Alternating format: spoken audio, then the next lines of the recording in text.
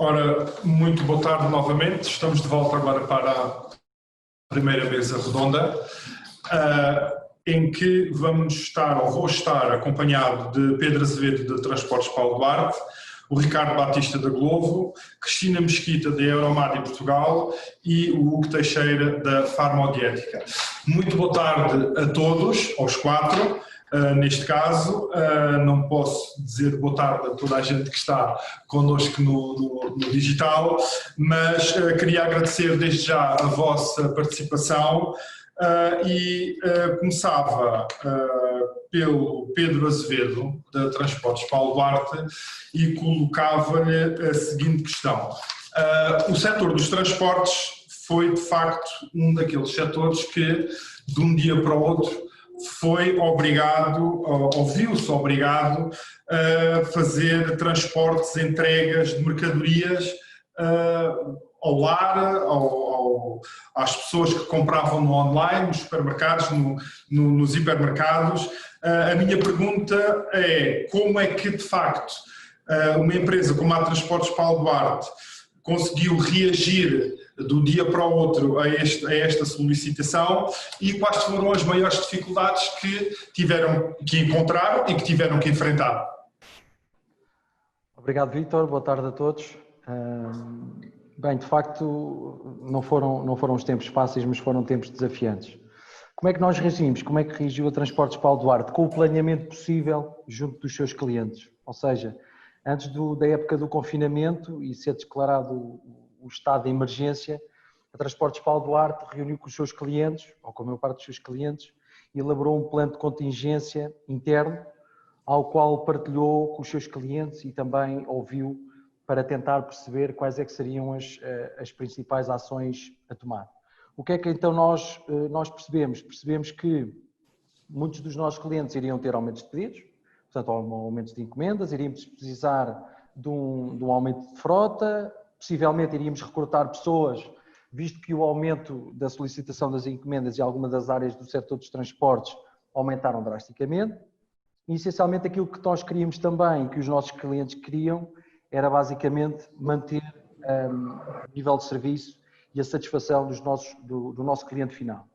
O que nem sempre, como disse o Raul, o que nem sempre foi possível, ou seja, nós contratámos mais, e qual é que foi o setor de atividade onde nós tivemos que recrutar mais pessoas, mais colaboradores, foi na área do e-commerce, onde de facto nós sentimos aqui um aumento exponencial das encomendas dos nossos clientes. Isso no final do dia foi bastante positivo para toda a gente, mas de facto foi aqui um processo bastante, não digo difícil, mas bastante complicado de gerir. No final do dia, os nossos desafios ou as nossas dificuldades quais foram? Essencialmente para mim e para a Transportes Paulo Duarte foi a incerteza. Ou seja, a incerteza de não perceber e de não sabermos como é que esta doença ou este vírus se iria comportar. Quanto tempo é que ele estaria nas nossas vidas?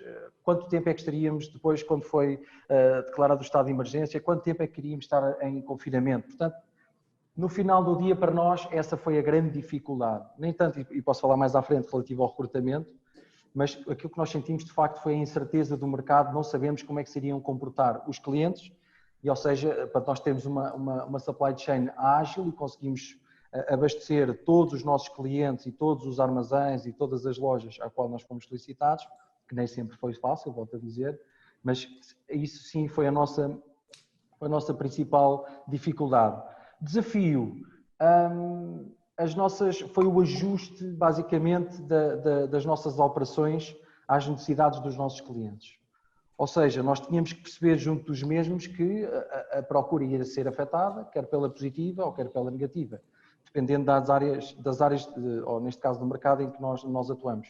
Felizmente a Transportes Paulo Duarte atua em vários mercados, na área dos combustíveis, como é sabido, na área do retalho. Essa era uma questão que eu gostava de colocar um bocadinho mais à frente, mas voltando um pouco atrás, eu lembro-me de, em finais de abril ou inícios de maio, ter escrito uma notícia em que referia de facto o aumento da contratação de motoristas que a Paulo Duarte teve que fazer para dar resposta, efetivamente, às solicitações dos seus clientes. E eu lembro-me que foram sensivelmente 30 a 35 novos motoristas que vocês tiveram que contratar. Como é que se processou, passo a plenário, esse processo de contratar motoristas numa altura em que Portugal estava confinado?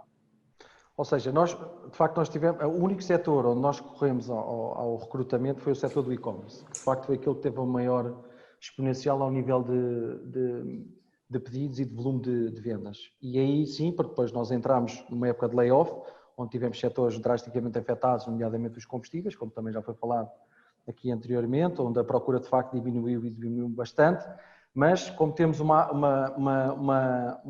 empresa onde a sua transversalidade ao nível de transportes e dos seus motoristas, nós conseguimos alocar motoristas de outros setores, isso também o Vítor já falou há bocado, de outros setores onde havia mais necessidade. Não digo que nós conseguimos alocar motoristas pesados ao setor dos ligeiros, neste caso do e-commerce, mas nós antes de entrarmos em layoff, e nós entramos em layoff em abril, recrutámos e conseguimos recrutar, lá está, os tais 30 colaboradores que precisámos para fazer, para conseguir combater o aumento de pedidos. Ou seja, nós tivemos um aumento praticamente de uma semana para a outra, um incremento de mais de 30% nas encomendas dos nossos clientes e, de facto, nós tínhamos que ter uma cadeia muito ágil. O recrutamento não foi fácil, mas também digamos que o nosso número no mercado também já está bastante cimentado e não tivemos, muito seriamente, não tivemos grandes dificuldades, fruto também da pandemia, porque, como é evidente, a procura pelo emprego também aumentou e isso a nós também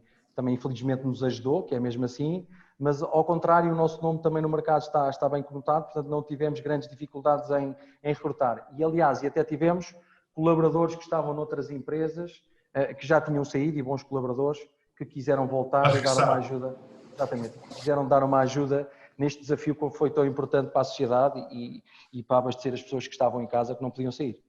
Eu passo aqui ao Ricardo Batista, da Glovo, pedia-lhe só que ligasse o som, porque vejo aqui que tem o som desligado, Ricardo, e a questão que lhe coloco é a seguinte: normalmente em tempos de crise diz sempre que há os vencedores e há, eu não digo os perdedores, mas aqueles que não conseguiram vencer. E, de facto, a procura exponencial que houve de last mile, de e-commerce, das entregas de última hora, então de food service foi uma coisa brutal.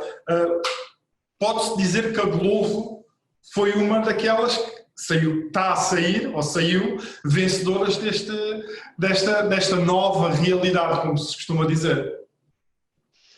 Olá a todos, já agora quero agradecer aqui o convite que me fizeram, sendo aqui um operador de logística um bocadinho diferente do tradicional.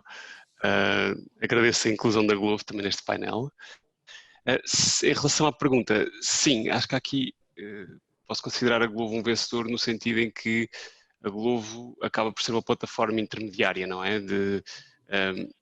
Os nossos parceiros que querem distribuir os seus alimentos, produtos, etc., e clientes e estafetas, não é? Portanto, acabámos por conseguir dar aqui, digamos, trabalho e também muito volume a estes três elementos.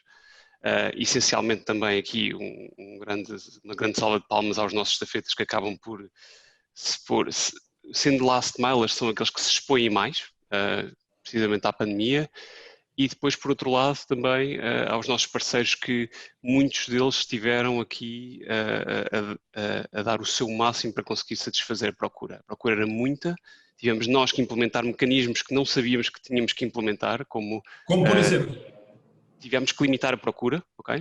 Houve um caso de um grande retalhista que tivemos mesmo que ir fechando a loja digitalmente para que as pessoas não colocassem mais pedidos, porque eles em loja estavam já limitados, ainda para mais ter os pickers locais a satisfazer pedidos da Glovo, tivemos mesmo que implementar estas medidas, assim como também sermos capazes de detectar heuristicamente se os nossos parceiros estavam a operar ou não. Okay? A primeira coisa, nós temos uma plataforma digital que permite que os parceiros fechem a loja digital, mas sabíamos claramente que isso não iria acontecer, porque era a última preocupação deles, era se a Glovo estava a operar ou não. E, portanto, tivemos que criar aqui a heurística para perceber se os parceiros estavam ou não fechados, e felizmente temos visto que até agora 70% a 80% deles já voltaram ao negócio, okay? Que é um bom indicador. Ricardo, a Glovo não é uma empresa tecnológica, não é? Mas é uma empresa que tem na sua gênese uma forte componente tecnológica. Trata-se de uma app, portanto, não é aquele operador de transportes normal. Houve alguma necessidade de, em termos de IT, modificarem a vossa app, a vossa solução, o vosso software, de modo a adaptar-se de facto a esta nova procura que passou a existir?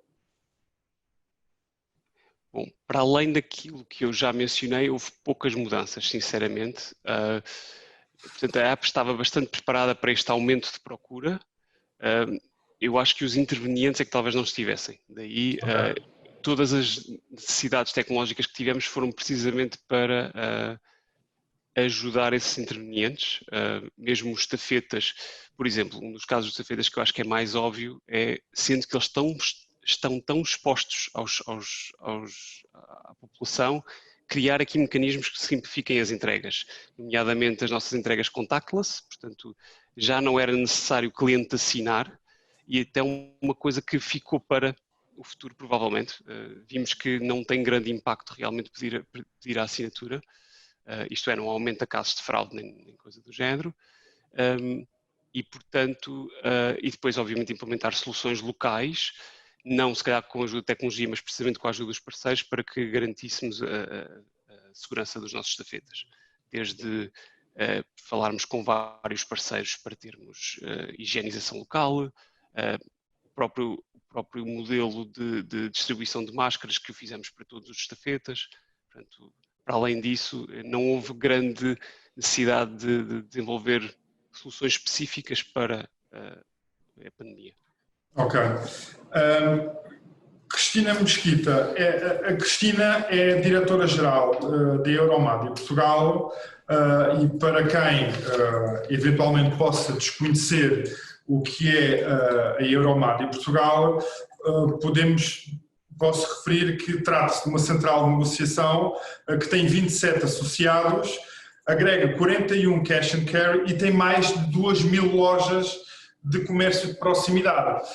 E eu começo logo por aqui, porque quando se ouve falar em comércio, fala-se sempre muito do crescimento exponencial que foi registado no e-commerce. Já o Pedro, de Transportes Paulo Duarte, o abordou aqui, o Ricardo Batista da Glovo também abordou aqui esse crescimento, mas, no entanto, o crescimento do comércio de proximidade foi também de duplo dígito.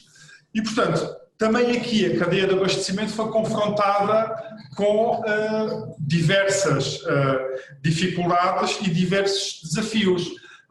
Cristina, quer-me explicar aqui um pouco, de facto, quais foram os principais desafios que uma central de negociação com 2.000 lojas de comércio de proximidade teve que enfrentar e teve que solucionar? Boa tarde, Vítor. Boa tarde a todos os participantes. Quero agradecer também o convite que foi dirigir à Euromad para participar neste painel. Respondendo então à sua pergunta. Bom, o comércio de proximidade, obviamente, durante a pandemia teve um papel muito importante, uma vez que foi, de alguma forma, um objeto de aumento de procura por parte do consumidor que procurou, digamos, o mais próximo de casa, a rapidez de serviço que o comércio de proximidade pôde oferecer e, obviamente, foi necessário uma grande adaptação por parte de todos os operadores para conseguir responder não só a essas oportunidades de maior consumo, como também aqui, obviamente, a uma cadeia de abastecimento que esteve, especialmente numa primeira fase, não é? Sobre uma grande pressão. Da parte da Euromadi, o nosso principal papel no dia-a-dia e o nosso objeto para o qual existimos é realmente proporcionar uma maior competitividade aos nossos associados através, em primeiro lugar, da negociação comercial, mas através de outros serviços e, nomeadamente, um serviço que disponibilizamos, que é o Euromadi Logis, que está ligado às entregas centralizadas que são feitas pelos fornecedores participantes numa plataforma logística do nosso parceiro logístico, que depois daí é entregue também aos nossos associados participantes em conjunto. E obviamente logo por aí sentimos uma grande pressão nesta primeira fase, porque houve aumentos exponenciais de muitos dígitos da procura e felizmente, até com o esforço de todos os integrantes, tanto da parte dos nossos associados como do nosso parceiro logístico, dos fornecedores, conseguimos responder da melhor forma possível para que não existisse, digamos, grandes faltas de produtos, grandes rupturas. Obviamente havia coisas pontuais, mas nada que impedisse o serviço ao consumidor e ao cliente retalhista por parte dos grossistas. Nesse sentido, creio que uma das grandes vantagens que o comércio de proximidade teve nesta altura e que foi sentido pelos nossos associados foi, acima de tudo, a flexibilidade, ou seja, houve a necessidade de flexibilizar muitos serviços e o facto de estarmos próximo dos nossos associados, dos retalhistas e dos consumidores permitiu que cada um adaptasse os serviços de acordo com aquilo que era mais relevante na sua área de influência. Portanto, a proximidade e o conhecimento do consumidor e do retalho foram, digamos, os pontos principais que permitiram uma resposta muito positiva e também, obviamente, uma grande capacidade de resiliência de toda a cadeia. Numa fase inicial teve que se adaptar, como já falaram outros intervenientes, aqui um pouco ainda sem sabermos quais eram exatamente as regras e sem... Certo, mas a proximidade aqui foi só da Euromadi para junto dos seus clientes e depois desses clientes para o consumidor, mas também parte do princípio que a ligação a uma produção mais local também facilitou de alguma forma esse funcionamento dessa cadeia de abastecimento, ou não?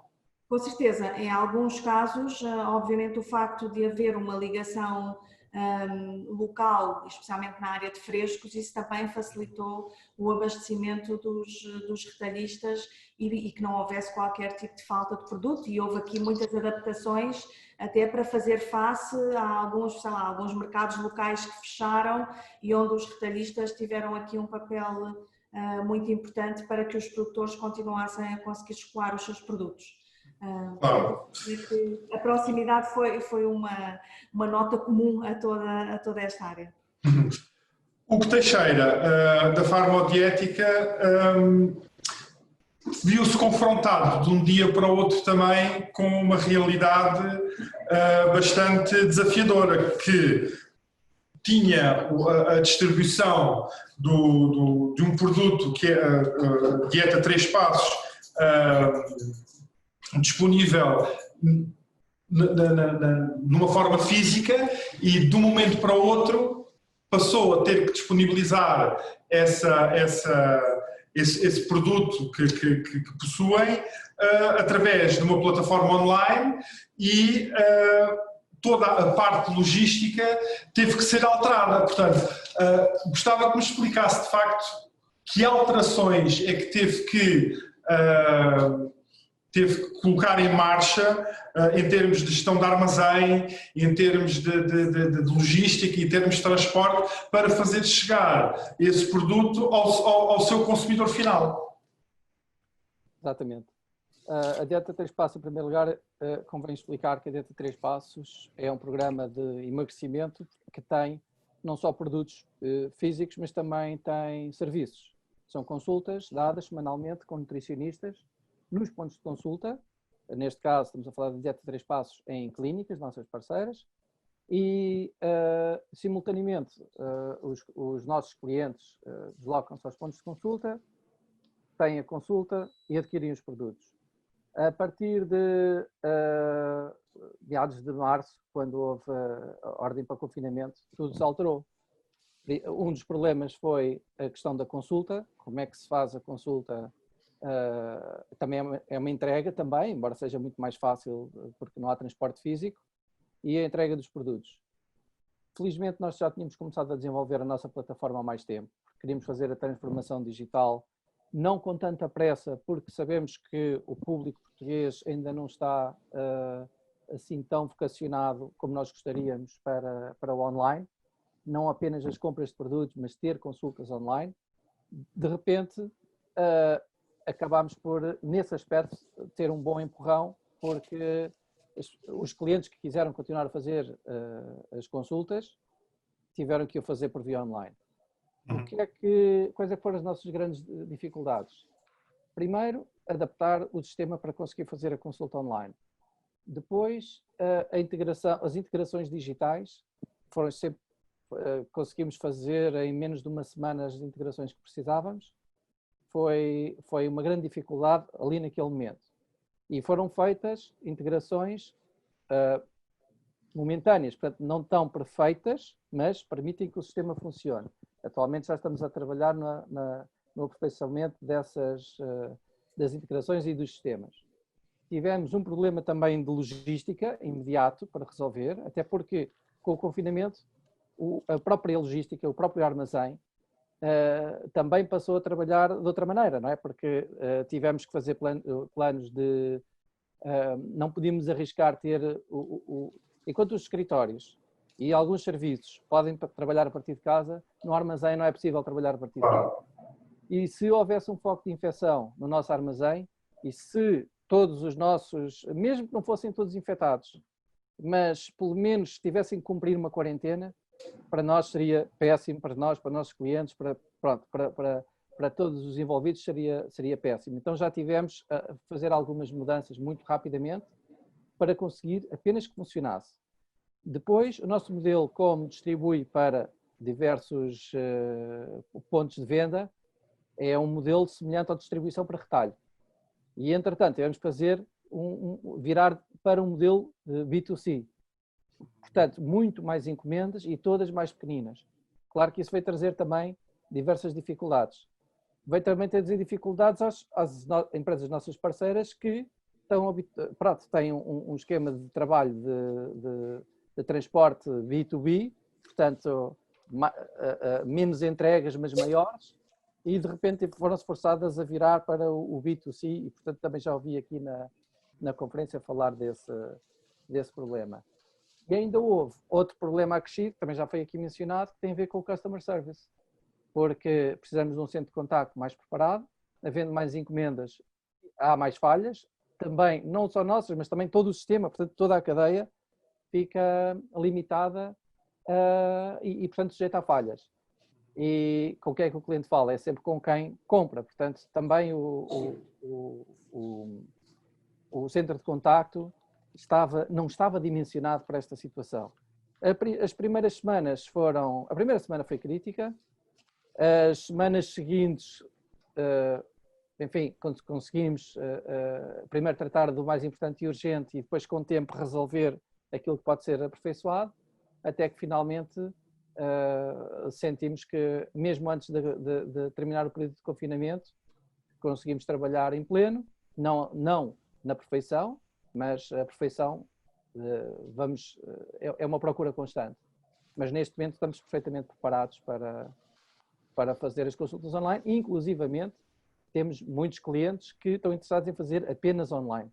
Portanto, houve aqui realmente uma transição, e penso que vai continuar a haver, uma transição do público, nunca é a 100%, estamos sempre a falar de percentagens, mas há uma transição para cada vez mais as pessoas compreendem que há conveniência em fazer consultas online, receber produtos em casa, e pode ser também importante o desenvolvimento de alguns outros negócios, não nossos, mas de parceiros ou potenciais parceiros, que vêm com esta transformação digital também. Mas isso é a transformação digital para fora, para o consumidor.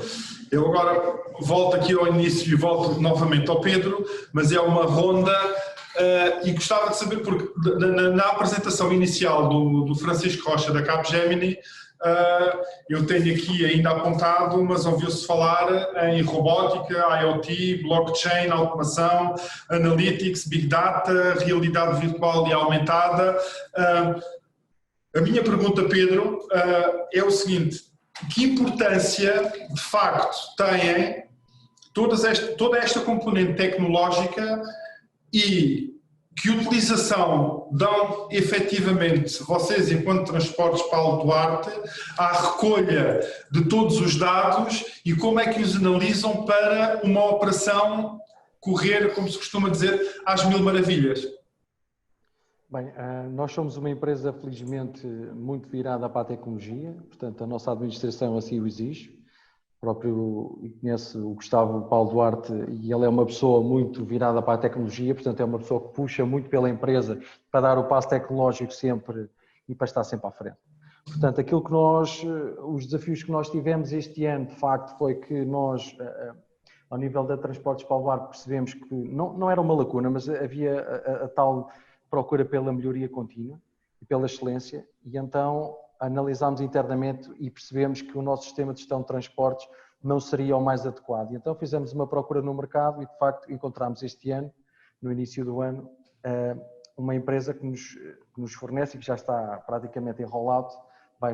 Salvo erro, no próximo dia 15 de julho já teremos praticamente todas as atividades dentro desse sistema, onde, de facto, vai nos permitir dar o salto. E aí sim, vamos conseguir recolher todos os dados que nos fazem falta e analisar todos os dados que nós até então analisávamos de uma maneira mais, diria, mais manual e agora de uma forma mais automática. Pedro, só uma questão.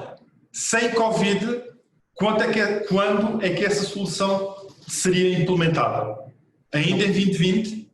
Não percebi? Sem Covid, quando é que a Transportes Paulo Duarte iria implementar essa solução? Não, essa solução foi, ou seja, nós em 2020 antes de Covid foi quando decidimos implementar esta solução. Portanto, a solução ia avançar com Covid ou sem Covid para esta solução. Ou seja, nós queríamos mesmo dar o passo ao nível tecnológico e queremos estar sempre na vanguarda da tecnologia, porque é isso também que nos permite ser eficientes ao nível do transporte, seja ele nacional, seja ele internacional ou seja ele no last mile. E então quisemos um software que nos proporcionasse isso mesmo.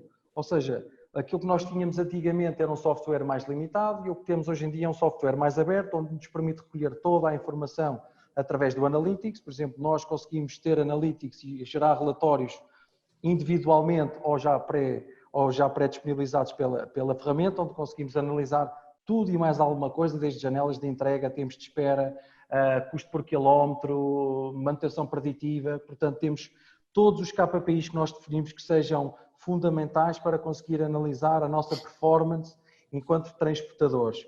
E, de facto, estamos convencidos e também tenho que agradecer à administração que nos colocou essa pressão positiva em cima e não desistiu do projeto, mesmo entrando a época Covid. De facto, achamos e temos a certeza que demos o salto para a frente e estamos na vanguarda das novas tecnologias. Nós, ao nível do CMR, por exemplo, quem está nos transportes sabe muito bem do que é que eu estou a falar. O CMR ainda é um documento muito físico e o SMR em Portugal entrou há muito pouco tempo, portanto nós estaremos a fazer a digitalização de todos os CMRs, um processo muito manual que nós achávamos que não tinha muito valor acrescentado. Com este novo software já vamos conseguir produzir a captura através dos nossos smartphones, já conseguimos ter o track and trace muito mais próximo, através mesmo também do e-commerce. O track and trace para a próxima encomenda, o cliente já recebe quando é que vai receber e a que horas é que vai receber, não numa mensagem no dia anterior, com uma previsão do horário de entrega, apesar de que ele era muito próximo daquilo que nós iríamos fazer. Portanto, recolha de assinaturas, apesar do colega da Glovo ter dito que, de facto, eles já não vão precisar das assinaturas, mas muitas das vezes ainda lá fora, na componente internacional, ainda é preciso muita recolha de documentos e de assinaturas e etc. Mas sim, a Transportes Paulo Duarte conseguiu, na nossa perspectiva, dar o salto e ainda investiu noutro novo software de telemetria, ou seja, fizemos um investimento em duas áreas no sistema de gestão de transportes e no sistema da telemetria, portanto, que consideramos que sejam softwares independentes, onde de facto ao nível da condução e ao nível da performance do próprio condutor, ou seja, o nosso departamento EcoDrive é o responsável pela análise de toda a estatística da performance do motorista e da própria performance da máquina, onde e esse software está ligado ao software principal, que é da gestão de transportes, e então conseguimos ter uma análise de A a Z de toda a performance, quer ao nível do motorista e da sua performance, assim como da própria máquina, e conseguimos de facto dar um salto muito positivo. E volto a reforçar, de facto, numa época de Covid seria fácil dar um passo atrás e dizer que se calhar não era a melhor altura, porque lá está a incerteza, como eu já disse atrás, a incerteza ainda está nas nossas mentes, ainda está no mercado, ainda está nas empresas, mas de facto a administração em Transportes Paulo Duarte decidiu avançar e certamente estamos no bom caminho e vamos dar um passo. Muito bem. Ricardo, a Glovo é eventualmente destas 4 empresas que estão aqui a que poderá estar mais conotada com a componente tecnológica. A minha pergunta é: como é que se inova e como é que se presta um melhor serviço a quem está a montante e a jusante? É uma excelente pergunta. Bom, eu acho que temos tido sempre, tecnologicamente, um grande foco naquilo que nós chamamos a experiência do parceiro e a experiência do consumidor. Okay? Obviamente também a experiência do estafeta. Trata-se muito de recolher esses inputs. Muitas vezes os inputs vêm de uma forma indireta, não é? Nós vamos percebendo se os restaurantes estão preparados para o delivery. Muitos deles não estão e é aí que os podemos ajudar. Podemos ajudá-los a especificar como é que devem montar a cozinha, como é que devem montar a sua própria linha de montagem. Temos alguns casos muito interessantes e que acho que a pandemia vieram a despoltar novas oportunidades de negócio, ok? Estamos a falar vou dar um exemplo muito simples, portanto, um restaurante que produza, que faça sushi, pode rapidamente adaptar um bocadinho uma parte da sua cozinha a produzir outras modalidades que sejam adjacentes, como por exemplo pokés. Tivemos aqui um caso de um tailandês que começou a produzir baos, que é uma comida ligeiramente diferente. E eles acabam por conseguir criar marcas virtuais com a nossa ajuda. Aliás, nós ativamente dizemos-lhes o que é que eles devem fazer nesse sentido. Eles acabam por criar marcas virtuais que acabam por só terem delivery, porque operam na mesma cozinha. E é também uma forma de experimentar aquilo que depois vão ter quando voltarem ao restaurante tradicional. E acabam por complementar os seus menus dessa forma. Portanto, há uma atividade muito constante da nossa equipa de parcerias a ajudar estes parceiros. A nível do estafeta, sentimos que essencialmente queremos otimizar ao máximo a eficiência deles. E quando eu digo eficiência, digo o número de encomendas que fazem por hora. É engraçado, antes da pandemia, eu gosto de partilhar estes números porque são bastante visíveis. Nós conseguimos tipicamente fazer 1.3, 1.4 encomendas por hora por estafeta e na última semana conseguimos atingir 2, ok? Portanto, basicamente o estafeta consegue quase ser duplamente eficiente com ajuda de tecnologia. Do lado do consumidor, essencialmente brincamos com 2 vertentes. Uma, trazer o que nós chamamos affordability, portanto, uma comida mais barata ou mais acessível ao consumidor, ok? Através de promoções. E estas promoções podem ser tanto financiadas pela Glovo como pelo parceiro, tipicamente até pelo parceiro que quer escoar produto. E, por outro lado, trazer a melhor seleção possível, ok? E essa seleção é eu abrir a app, apetecer-me um hambúrguer e eu ter 10 ou 15 opções de hambúrgueres, ok?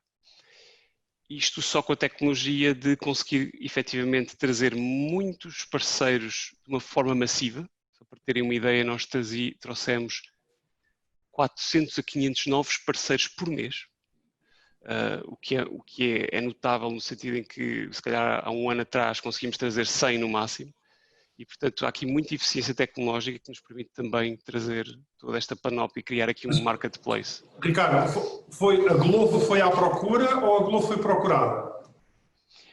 Uma mistura dos dois. Foi definitivamente procurada, mas se não tivesse havido esse esforço passado em melhoria destes processos, não conseguiríamos ter vazão para isso. Aliás, sendo muito honesto, nós nem conseguimos ter esse vazão. Houve muitos parceiros, principalmente não restaurantes, estamos a falar de lojas, marcas que vendem toalhas de praia, marcas que vendem roupa, para o qual nós não tínhamos modelos preparados para o delivery, que tivemos que se calhar dizer, não dissemos que não, mas dissemos se calhar daqui a 3 ou 4 semanas conseguimos estar preparados para isso. Felizmente acho que conseguimos colmatar quase todo o pipeline. Hoje em dia temos um backlog talvez de 100 ou 200 parceiros que ainda não estamos propriamente preparados, mas acho que vamos conseguir dar a... Cristina, do lado da proximidade, das lojas de proximidade, como é que é vista esta componente tecnológica, uma vez que muitas vezes os vossos associados são pequenos supermercados de bairro, que a componente tecnológica, a componente digital ainda não está bem incorporada. Como é que vocês lidam com esta situação e que papel de facto tem a tecnologia e esta necessidade de transformação digital numa empresa como a Euromadi? Bom, aqui a necessidade de transformação digital creio que foi bastante transversal a todas as áreas. E nós não só, digamos, de alguma forma até internamente para continuar a desenvolver o nosso trabalho de ligação entre os fornecedores e os associados. Tivemos que também passar a trabalhar de uma forma muito mais digital do que antes acontecia, uma vez que antes realizávamos muitos grupos de trabalho presenciais. Hoje em dia continuamos a realizar todas essas atividades, obviamente de forma digital, mas a nível dos nossos parceiros e, portanto, dos retalhistas, há aqui várias redes de retalho organizado que tiveram bastante esforço, cada um deles, por reforçar a digitalização. Fosse através de lojas online, que até existiam, mas que foram reforçadas, fosse através do aumento da ligação informática entre, digamos, cada uma das redes e a central, houve um esforço de digitalização muito forte e depois houve também uma capacidade de adaptação para aquelas redes mais pequenas que se calhar não se conseguiam digitalizar a nível de ter uma loja online de hoje para amanhã, mas conseguiram colmatar essas questões através da criatividade, ou seja, utilizando as redes sociais, utilizando o telefone, utilizando muitas vezes o WhatsApp, o Facebook e essa proximidade com os clientes, no fundo permitindo resolver aqui a principal questão, que era como é que conseguimos fazer as entregas aos nossos clientes, aos nossos consumidores, da forma mais eficiente possível e chegando até eles em tempo útil. Foi aqui o principal ponto crítico, não é? Conseguir entregar rapidamente as encomendas, quer aos consumidores, quer aos retalhistas. E, portanto, aqui houve toda esta flexibilização e esta capacidade de resiliência foi extremamente importante e onde obviamente, nós contribuímos, por um lado, através da disponibilização de informação, através da partilha também de estudos internacionais, onde se viam algumas tendências neste setor e, portanto, disponibilizámos a todos os nossos associados e, obviamente, também através do assegurar o abastecimento, quer via os fornecedores, quer via os associados e fazendo aqui a ponte entre ambos, de forma a que a comunicação fosse o mais fluida possível e permitisse toda esta resposta. Hugo, no caso da farmodiética e mais concretamente aqui na Dieta 3 Passos, o negócio passará cada vez mais para o online e que influência é que isso poderá ter em toda a cadeia de abastecimento, em toda a logística, nos transportes, na forma como lidam com o consumidor final, com o cliente. Como é que vê agora a partir daqui o futuro nesta gestão da logística com o cliente, com o consumidor, com o produto, com a compra, com a oferta, com o transporte? Como é que vê este universo todo a partir de agora? A nossa relação com o nós chamamos parceiro, nesse aspecto temos um modelo parecido com o da Glovo, em que há um parceiro e um cliente final. O parceiro é o ponto de consulta e é extremamente importante a relação com o parceiro. Uma das grandes transformações que houve é que nós tivemos que passar a lidar e pôr no centro o cliente final. Temos um portal, que é um portal para os parceiros, onde eles podem seguir e acompanhar todos os desenvolvimentos de todos os clientes. Temos um portal também, que já tínhamos, para o cliente, onde ele pode monitorizar todos os desenvolvimentos que faz. Com esta transição, os envios passam a ser diretos do nosso armazém para o cliente final, os que são online. Portanto, neste momento continuamos com consultas físicas e com consultas presenciais e compras no local. As que não são, acabam por, nesta altura, facilitar, porque ainda existe muitas restrições ao nível de quantas pessoas pode ter num consultório, quantas pessoas pode ter numa clínica, etc. De qualquer forma, o que nós acabamos por fazer é retirar algum peso de cima do nosso parceiro, a logística fica ao nosso cargo e as contrapartidas continuam a existir na mesma. E tivemos que desenvolver e estamos a pôr em produção um novo portal que vem acrescentar mais. Vamos trocar o antigo pelo novo. Penso que irá para a produção ainda esta semana. E a questão das integrações também é muito importante, nomeadamente com os transportes. Fizemos a integração com transportes, estamos muito preocupados agora, muito ativos na questão das integrações. Há várias plataformas, chegámos a explorar também Glovo. Eu compreendo que estejam sobrecarregadíssimos de trabalho. A área da restauração deve ter sido... Ricardo, não sei se ouviu o recado. Exatamente. Não, mas eu compreendo porque estava tudo subdimensionado para isto. Claro. A restauração eu imagino que tenha tido uma importância superior. Nós temos 350, não sei quantos são, pontos de consulta e, portanto, a cobertura nacional tem que ser muito grande e a questão das integrações do nosso lado, há sempre dois lados, mas a Glovo está mais preparada para a integração, porque até pela própria natureza do negócio. Mas nós também temos que fazer também a nossa parte e a transformação do ponto de vista de negócio retira clientes do físico para o online. No mais importante para nós a curto prazo é manter os clientes terem bom acesso ao serviço. Para isso também tivemos que fornecer balanças que façam a medição que meçam bioimpedância e, portanto, consigam fazer a medição de gordura, percentagem de gordura corporal, etc., que são importantes para o acompanhamento da dieta, caso contrário, precisaria de se deslocar para fazer essas medições ao ponto de consulta. Em termos de resto de logística, pusemos a prioridade no cliente, no parceiro e depois continuamos a fazer estas integrações para que a entrega possa ser mais rápida, eventualmente minutos após a consulta. Ainda não chegámos a esse ponto, mas estamos a trabalhar nesse sentido. E realmente foi uma transformação grande.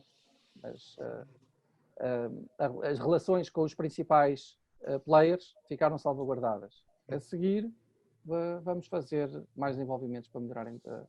Ok.